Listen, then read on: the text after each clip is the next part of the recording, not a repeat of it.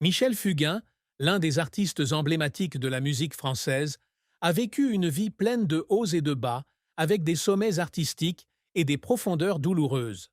Né le 12 mai 1942 à Grenoble, France, il est l'auteur de chansons immortelles comme Une belle histoire et Fait comme l'oiseau. Mais derrière les lumières de la scène, la plus grande tristesse dans la vie de Michel fut le décès de sa fille, Laurette Fugain, le 18 mai 2002, alors qu'elle n'avait que 22 ans, des suites d'une terrible maladie, la leucémie. Cette perte n'était pas seulement un choc personnel, mais aussi une tragédie qui a bouleversé le monde entier de Michel. Dans une interview accordée à la boîte à secrets sur France 3, le 3 janvier 2025, il confiait je suis mort avec ma fille. Je ne veux plus vivre. Laurette, une jeune fille pleine d'énergie et de rêves, a souffert de terribles douleurs durant son traitement, notamment de complications liées à une greffe de moelle osseuse. Michel, en tant que père, a assisté à la détérioration progressive de sa fille sans pouvoir rien faire pour la sauver. Quand on a incinéré Laurette, une semaine plus tard, je devais monter sur scène à Saint-Denis, à La Réunion. Il fallait que je joue, mais Dieu sait combien c'était difficile, a-t-il raconté dans le divan de Marc-Olivier Fogiel. La douleur de la perte de Laurette ne s'est pas arrêtée avec son décès, mais a également conduit à la rupture du mariage de longue date de Michel avec sa femme, Stéphanie Fugain. Dans une interview accordée à Gala le 16 janvier 2025, Michel a admis « La plupart des couples ne se remettent pas de la mort d'un enfant.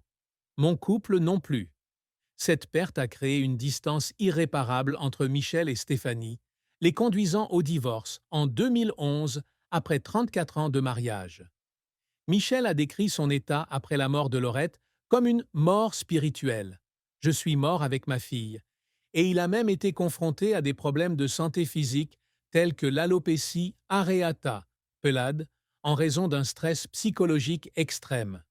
Cette tristesse n'est pas seulement un événement passé, mais une partie indissociable de la vie de Michel. Chaque jour, je dis à Laurette dans ma tête « Ce pourquoi je vis pour toi. Je vis intensément pour compenser ce que tu ne peux pas vivre », a-t-il partagé dans On refait la télé sur RTL le 9 novembre 2024. La douleur de la perte de son enfant est devenue la motivation de Michel pour continuer à créer, mais en même temps, c'était aussi une cicatrice qui ne guérissait jamais, lui rappelant toujours la fragilité de la vie. Michel Fugain est un artiste aux multiples talents, avec une carrière s'étendant sur plus de 6 décennies, allant des rôles de compositeur, de chanteur, à celui de pionnier de projets musicaux innovants. Cependant, son parcours artistique n'est pas seulement plein de gloire, mais aussi plein de défis et de moments qui l'ont fait pleurer.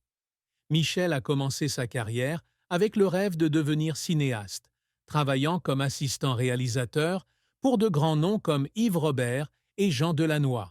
Mais le destin le conduit à la musique lorsqu'il rencontre Michel Sardou et signe un contrat avec Barclay Records en 1965.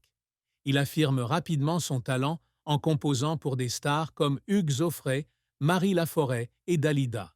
Le premier succès arrive en 1967 avec la chanson Je n'aurai pas le temps, reprise en anglais par John Rawls sous le titre If I Only Had Time. L'apogée de la carrière de Michel fut la fondation du Big Bazar en 1972, une troupe artistique d'une trentaine de chanteurs, danseurs et techniciens inspirés par l'esprit libre du mouvement hippie. Avec des chansons comme Une belle histoire et Fait comme l'oiseau, le Big Bazar devient un phénomène culturel, faisant de Michel une icône de la musique française des années 1970. Après avoir quitté le Big Bazar en 1976, il poursuit son succès avec la compagnie Michel Fugain et des albums solo comme Viva la Vida 1988 et Sucré Salé 1992. Durant les années 1990, Michel continue de s'imposer avec des prestations impressionnantes, notamment aux Francopholies de La Rochelle en 1996, où il est nommé aux Victoires de la musique pour la meilleure interprétation. Après une pause due à un drame personnel, Il revient en 2007 avec l'album Bravo et Merci, qui rassemble des chansons écrites par des artistes majeurs tels que Charles Aznavour et Claude Nougaro. En 2013, il lance Projet Pluribus, un projet ambitieux réunissant de jeunes musiciens, prouvant qu'à 70 ans, il déborde encore d'énergie créatrice. Malgré ses nombreux succès, Michel a également connu de nombreux échecs. Un échec mémorable fut l'émission télévisée Les Fugues à Fugain sur TF, dans les années 1980, qui ne reçut pas l'accueil attendu du public. Il a un jour confié à Ciné Télé Revue qu'il se sentait déçu par le projet car il ne parvenait pas à transmettre sa vision artistique.